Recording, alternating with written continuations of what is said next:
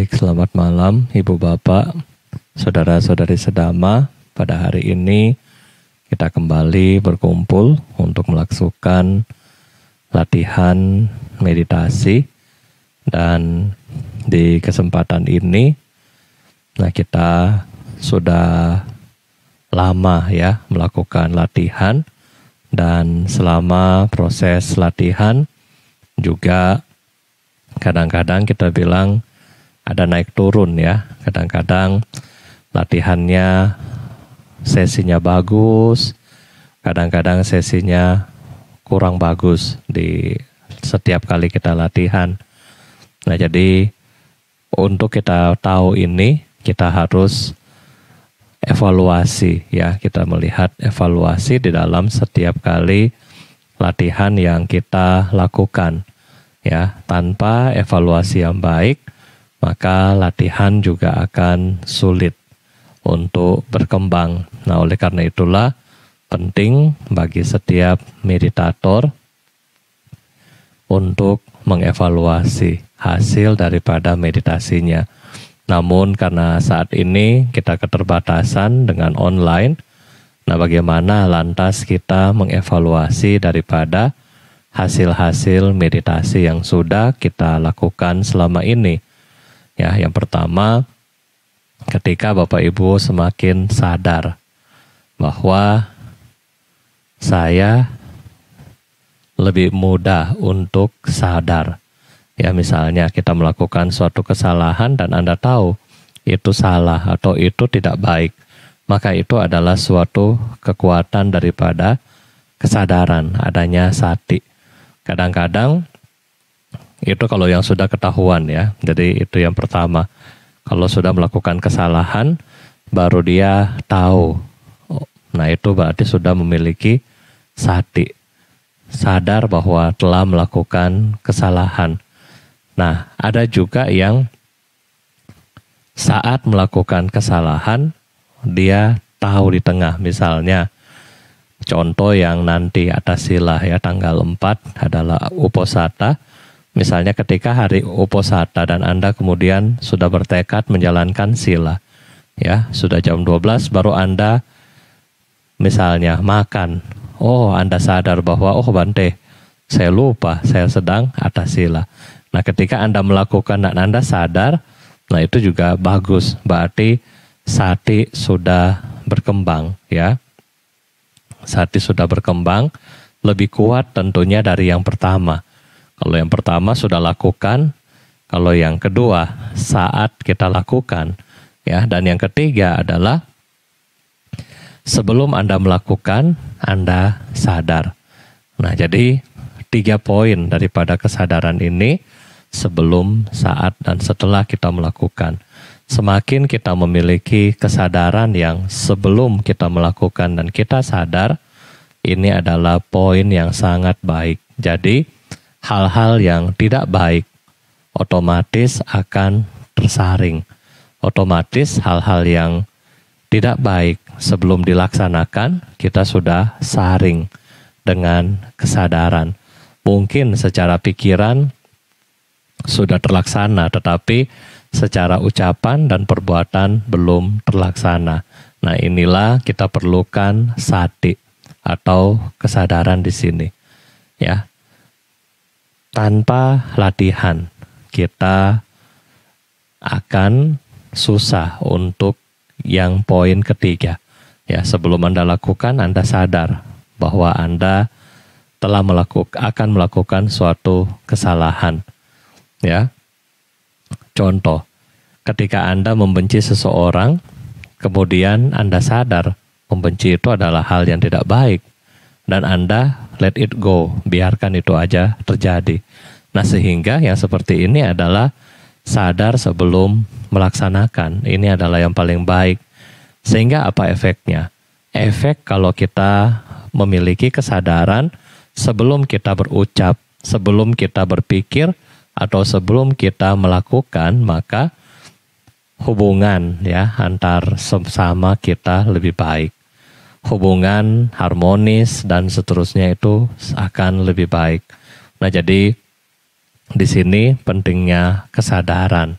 di dalam kehidupan Bapak Ibu sehari-hari ya, termasuk Bante. Kita semua butuh kesadaran ini. Dan kesadaran ini kalau kita punya, maka ini adalah hal yang luar biasa. Ya, oleh karena itu kita perlu latihan untuk memunculkan kesadaran yang seperti ini. Ya, karena kalau keadaan yang sudah terjadi, kita nggak mungkin menghapus memori-memori. Kita nggak mungkin menghapus kesalahan-kesalahan yang sudah kita perbuat kepada orang lain. Ya, ibarat kita bilang kita sudah maku ya, sudah paku ke misalnya ke pohon. Ketika Anda sadar, saya sudah berbuat salah, Anda cabut. Bekas dari paku itu sudah ada. Ya, bekas Anda paku itu di pohon, walaupun Anda cabut pakunya, tetapi bekas lubangnya itu ada di pohon. Setiap kesalahan yang kita perbuat kepada orang lain, itu akan membekas di batin mereka. Ya, mungkin mereka akan kecewa sama Anda, mereka akan kecewa, kesel, ya, mereka akan berpikir negatif tentang Anda, ya, mereka mungkin akan meninggalkan Anda, dan seterusnya. Itu adalah karena kesalahan-kesalahan yang sudah kita lakukan. Nah, sehingga tentunya Bapak Ibu sebelum paku ini kita paku ke pohon, ada baiknya kita sadari sebelum kita melakukan kesalahan. Nah, meditasi itulah salah satu poin penting di mana kita mengembangkan awareness sati, ya. Sehingga meditasi yang kita latih ini adalah salah satu fungsinya. Ya, sebelum sampai ke sana Anda sudah sadar, sebelum Anda mulai memaku Anda sudah sadar. Nah, ini adalah manfaat yang luar biasa daripada meditasi. Jadi itulah salah satu kunci evaluasi di dalam latihan yang Bapak Ibu lakukan hampir 2 tahun ini. Ya, hampir 2 tahun ini. Jadi selama hampir 2 tahun bagaimana? Ya, ketika Anda di masa-masa PSBB, di masa-masa PPKM, di mana kita tidak pernah ketemu dengan orang, ya jarang sekali ketemu dengan orang, dan setelah masa ini kita mulai ketemu, berinteraksi kembali dengan orang-orang. Nah, terjadi perubahan ya. Nah, sehingga kalau kita memiliki kesadaran yang baik, nah kita bisa memiliki lebih hati-hati di dalam perbuatan, ucapan, dan juga pikiran kita. Ya, jadi ini adalah evaluasi yang pertama, ya. Jadi kita bermeditasi di sini yang simple-simple dulu. Ya, tujuan-tujuan duniawi seperti yang tadi adalah sudah sangat baik kalau kita memiliki kesadaran, ya. Kita nggak usah membayangkan dengan meditasi online seperti ini, oh saya bisa mencapai kesucian. Ya, belum. Kita punya parami belum. Kita bisa mencapai misalnya dengan meditasi online seperti ini, mungkin Anda juga berpikir, oh Bante saya bisa terbang, saya bisa sakti, saya bisa membaca pikiran orang, dan seterusnya. Itu semua belum. Ya, tetapi step by step, setelah Anda memiliki kesadaran yang baik, ya, kemudian muncul kedua, yaitu ketenangan. Kenapa muncul ketenangan? Karena tidak ada yang usik Anda, tidak ada yang ganggu Anda, tidak ada yang menghina Anda, dan seterusnya. Sehingga pikiran kita lebih tenang dan lebih positif. Nggak ada musuh karena Anda menjadi orang yang baik. Ketika Anda sudah tidak memiliki musuh, siapa yang mau bikin celaka Anda?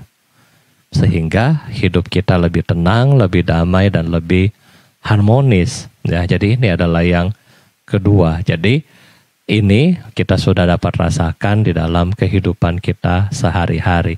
Sehingga selama Anda melakukan meditasi, karma baiknya muncul langsung, ya kan?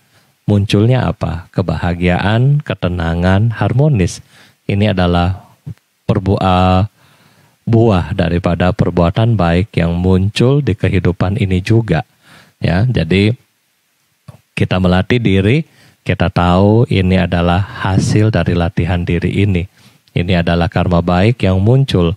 Nah, sehingga ketika Anda menjadi tenang, harmonis, dan seterusnya, maka Anda akan selalu berbahagia di dalam setiap aktivitas Anda.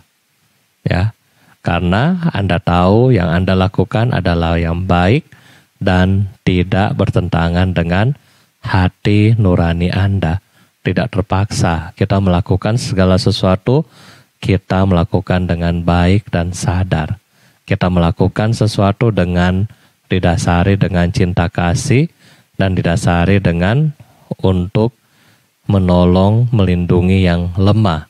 Nah, itulah fungsi daripada kesadaran-kesadaran yang dibangun daripada meditasi. Ya. Dan setelah itu, setelah Anda punya hidup sudah tenang, sudah bahagia, sudah damai, otomatis ketika Anda meninggal, ya, terlahir di alam surga. Kenapa terlahir di alam surga? Ketika Bante mengingat juga, ketika Rinpoche bercerita tentang Bardo, ya, ketika Anda berjalan, Anda sudah tidak melihat telapak kaki. Ketika Anda berjalan, Anda sudah tidak melihat bayangan. Berarti kita sadar, kita sudah meninggal. Nah, ketika sudah kita meninggal dan dengan latihan Dharma, latihan Dhamma yang Bapak Ibu punya, ketika kita meninggal nanti, misalnya, Anda melihat di dalam kita meninggal, ada emas di samping. Ketika kita sudah tahu bahwa itu bukan punya kita dan kita tidak akan ambil, maka secara kesadaran, Anda juga tidak mau mengambil itu. Sehingga kita aman, keserakahan kita tidak muncul. Ya, ketika muncul misalnya bayangan-bayangan yang sangat menakutkan, kita juga tidak perlu takut. Karena selama hidup, Anda sudah menjadi orang yang baik dan tenang. Jadi Anda juga setelah meninggal, tenang-tenang saja. Ya, ketika sudah meninggal, kita melihat misalnya berbagai kesenangan-kesenangan duniawi yang lain, mungkin Anda tidak akan juga terpengaruh. Karena memang kita sudah tahu bahwa tujuan kita itu apa. Nah, sehingga praktek Dhamma yang kita lakukan selama kita hidup akan menuntun tetap di jalan yang baik. Sehingga terlahirlah di alam-alam yang baik. Ya, terlahir di alam-alam yang baik. Jadi ini adalah paket yang harus kita bangun dari saat ini. Ya, ini yang kita harus develop dari saat ini, persiapan kita di kehidupan mendatang. Ya, kehidupan mendatang bukan tunggu kita meninggal, tapi kehidupan mendatang adalah menit-menit ke depan setelah kita melakukan meditasi. Bisa kehidupan mendatang itu 1 detik setelah Bante ngomong ini, itu sudah kehidupan mendatang. Ya, bisa besok pagi, itu sudah kehidupan mendatang. Jadi kehidupan mendatang bukan setelah, misalnya saya Bante Dhammawudo saat ini meninggal, nanti Bante Dhammawudo kedua, ya nomor 2, kehidupan selanjutnya baru berbahagia. Bukan, tetapi saat ini kita sudah melakukan, bukan tidak mungkin besok, lusa, kita juga bisa mendapatkan hasil kebahagiaannya. Ya, oleh karena itulah Bante selalu menghimbau kita semua untuk semangat, ya. Jangan kendor. Untuk apa? Melakukan kebajikan, dan dalam hal ini adalah meditasi. Karena meditasi merupakan kebajikan yang tertinggi yang sangat gampang untuk kita ambil, yang sangat gampang untuk kita perbuat. Dan meditasi adalah kita tidak perlu mengeluarkan biaya seperti Anda harus berdana. Tidak perlu. Ya, kalau Anda harus berdana, Anda harus memberikan. Tetapi meditasi, Anda tidak perlu memberikan apapun. Ya, yang kita perlu lakukan adalah hanya menyadari kondisi saat ini. Hanya menyadari kondisi saat ini, apakah menyadari kondisi nafas, apakah menyadari hari ini kita latihan cinta kasih. Kita hanya menyadari itu.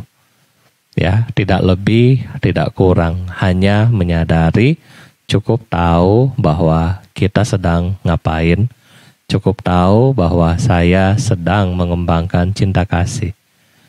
Pikiran apapun yang muncul, kita kembalikan kepada objek. Jadi inilah meditasi yang dilakukan yang sangat gampang.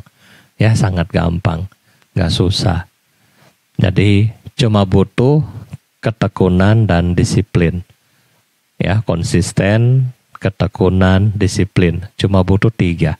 Setelah setiap kali kita bermeditasi cuma butuh 3. Ya, Anda tidak perlu berdana. Ketika Anda meditasi tidak perlu kita membayar, tetapi yang kita butuh hanya 3. Kalau kita sudah membangun disiplin, kita harus menjadi konsisten. Dan setelah konsisten, kemudian Anda melanjutkan ya, rutin, menjadi sesuatu rutin yang dibangun terus-menerus. Jadi ini adalah latihan meditasi. Baik, tanpa berlama-lama lagi, kita akan mulai latihan kita, di mana Bapak Ibu akan duduk dengan rileks. Bapak Ibu bisa pilih posisi duduk ya, posisi duduk Anda, apakah posisi duduk di kursi atau posisi duduk di tempat bantal meditasi, matras meditasi. Nah, setelah Anda duduk dengan postur yang baik, kita tahu postur yang baik ada 7 poin yang harus diperhatikan ya. Kita ingat-ingat ini ketika kita duduk bermeditasi. 7 postur yang penting adalah posisi kaki kita ya. Kaki, tangan, kemudian di bagian pinggul belakang ya, kemudian leher, bagian rahang, mata, dan bagian lidah. Ini adalah berkoneksi satu sama lainnya. Kita sadari bahwa kita sudah dengan postur yang baik. Kita sudah dengan posisi tubuh yang baik. Postur yang baik akan seperti pondasi bangunan ya. Semakin bagus postur yang dibentuk, maka semakin baik juga tingkat lancarnya energi, dan sehingga semakin juga membuat ketenangan lebih mudah. Setelah Bapak Ibu menyadari dengan mengatur postur dengan baik, yang kedua adalah kita membangkitkan motivasi. Kita bangkitkan motivasi, kita bermeditasi ini untuk apa?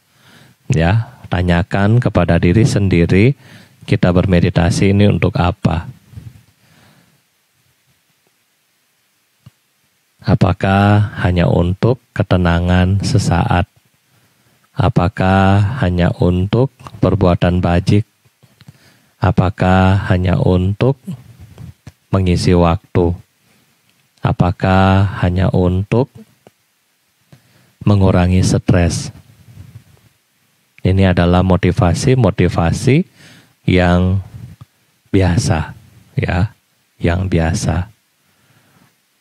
Motivasi ini tidak kuat, tetapi motivasi yang baik adalah kita berlatih dharma, kita mempraktekkan dharma demi kebahagiaan semua makhluk. Jadi itu adalah motivasi yang lebih baik.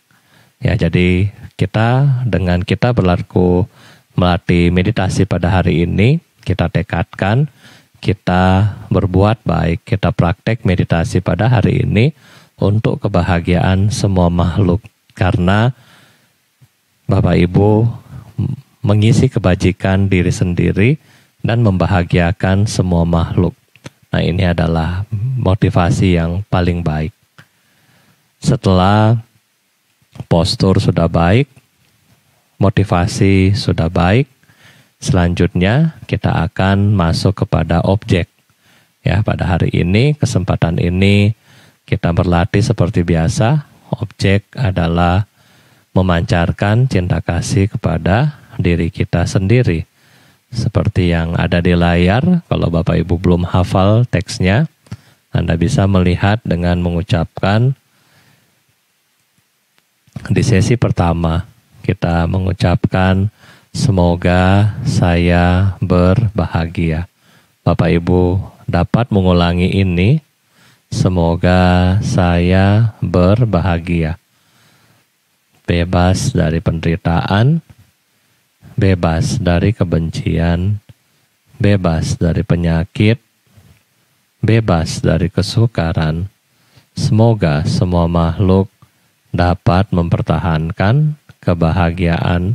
Semoga saya dapat mempertahankan kebahagiaanku sendiri. Jadi selama di sesi pertama kita mengembangkan cinta kasih seperti ini.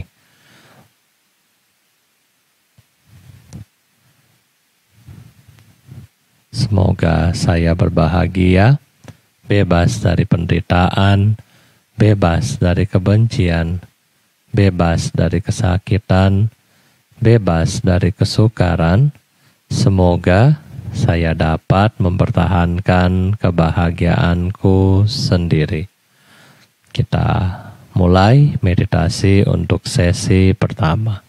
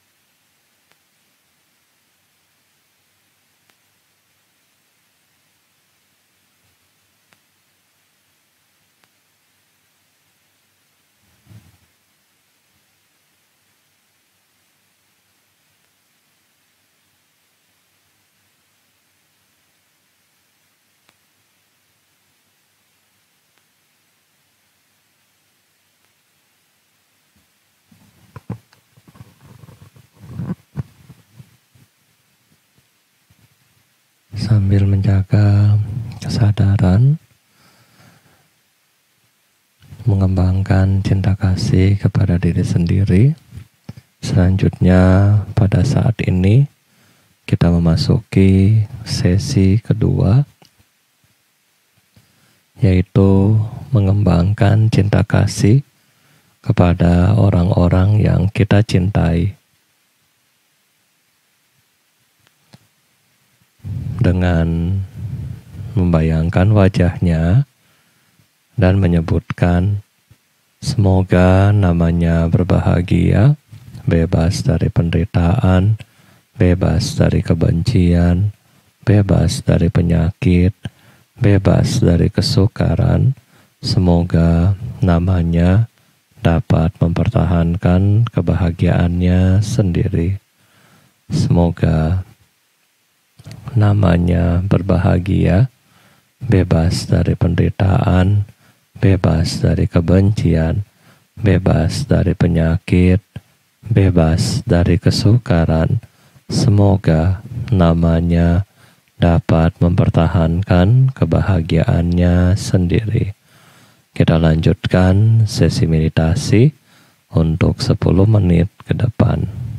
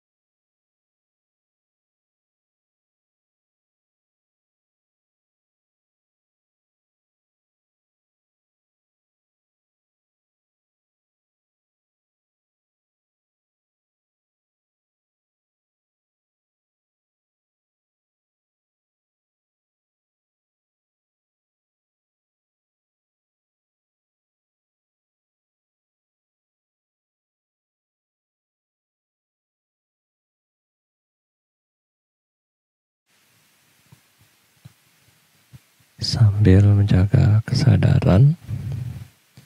Selanjutnya kita masuk pada sesi ketiga, yaitu mengembangkan cinta kasih kepada musuh-musuh kita,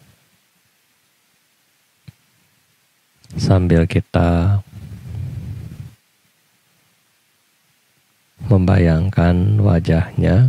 Di dalam batin kita mengucapkan semoga namanya berbahagia, bebas dari penderitaan, bebas dari kebencian, bebas dari kesakitan, bebas dari kesukaran. Semoga namanya dapat mempertahankan kebahagiaannya sendiri. Kita lanjutkan meditasi sesi ketiga.